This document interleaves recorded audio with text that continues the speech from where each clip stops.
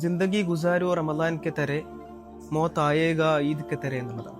റമദാനെ സൂക്ഷിച്ച ആളുകൾക്ക്, അവനവനെ സൂക്ഷിച്ച ആളുകൾക്ക് കൊടുക്കുന്ന ഗിഫ്റ്റാണ് പെരുന്നാളെങ്കിൽ, ജീവിതം മുഴുവൻ റമദാനാക്കിയ മനുഷ്യന്മാരോട് കവി പറയാണ്, അങ്ങനെയെങ്കിൽ നിങ്ങൾ മരിക്കണ ദിവസം നിങ്ങളിലേക്ക് പെരുന്നാൾ പോലെ ആയിരിക്കും അത് വന്നു ചേരാമെന്ന്. സാധാരണഗതിയിൽ നമ്മൾ റമദാനിനെ കാണുന്നത് എങ്ങനെയാണ്? നമ്മൾ രാവിലെ സുബൈക്ക് ഭക്ഷണം കഴിക്കാതിരുന്ന് മഗ്‌രിബോട് കൂടി അവസാനിക്കുന്ന നോമ്പ് പിടുത്തം. യഥാർത്ഥത്തിൽ നോമ്പിന്റെ സമയം അതാണോ? റമദാൻ പൂർണ്ണമായും സൂക്ഷ്മത പാലിക്കാനല്ലേ പറഞ്ഞിട്ടുള്ളത്? ഞാനൊരു ഉദാഹരണം പറയുകയാണെങ്കിൽ, ഒരിക്കൽ ഒരു ഫ്രൂട്ട് ഷോപ്പിൽ കണ്ടൊരു അനുഭവം പറയാം. അസറിന്റെ സമയത്ത് ഒരാൾ ഫ്രൂട്ട്സ് വാങ്ങാൻ വേണ്ടി വന്നിട്ട്, ഞാനവിടെ നിൽക്കുന്നുണ്ട്.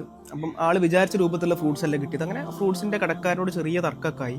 ആൾ അവസാനം പറഞ്ഞ്, എനിക്ക് മഗ്‌രിബ് കഴിഞ്ഞിട്ട് വന്നിട്ട് ഞാൻ പറഞ്ഞു തരട്ടോ, ഞാൻ മഗ്‌രിബ് കഴിഞ്ഞ് വന്നിട്ട് മറുപടി തരട്ടോ എന്ന്. അതായത് ആളെ തെറ്റിദ്ധാരണ എന്ന് പറഞ്ഞു കഴിഞ്ഞാൽ മഗ്‌രിബോട് കൂടി നോമ്പ് അവസാനിച്ചു, ഇനി അത് കഴിഞ്ഞാൽ എന്തും ആവാം. അപ്പൊ യഥാർത്ഥത്തിൽ റമദാൻ അങ്ങനെയാണോ?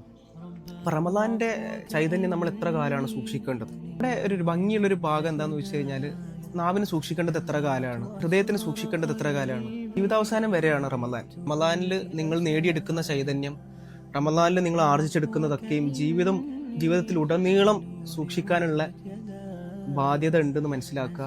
അപ്പൊ നാവിനെ സൂക്ഷിക്കേണ്ടത് റമദാനിൽ മാത്രമല്ല, കണ്ണിനെ സൂക്ഷിക്കേണ്ടത് റമദാനിൽ മാത്രമല്ല, ജീവിതകാലം മുഴുവൻ അതിന് പറ്റട്ടെ എന്ന് ആശംസിക്കുകയാണ്.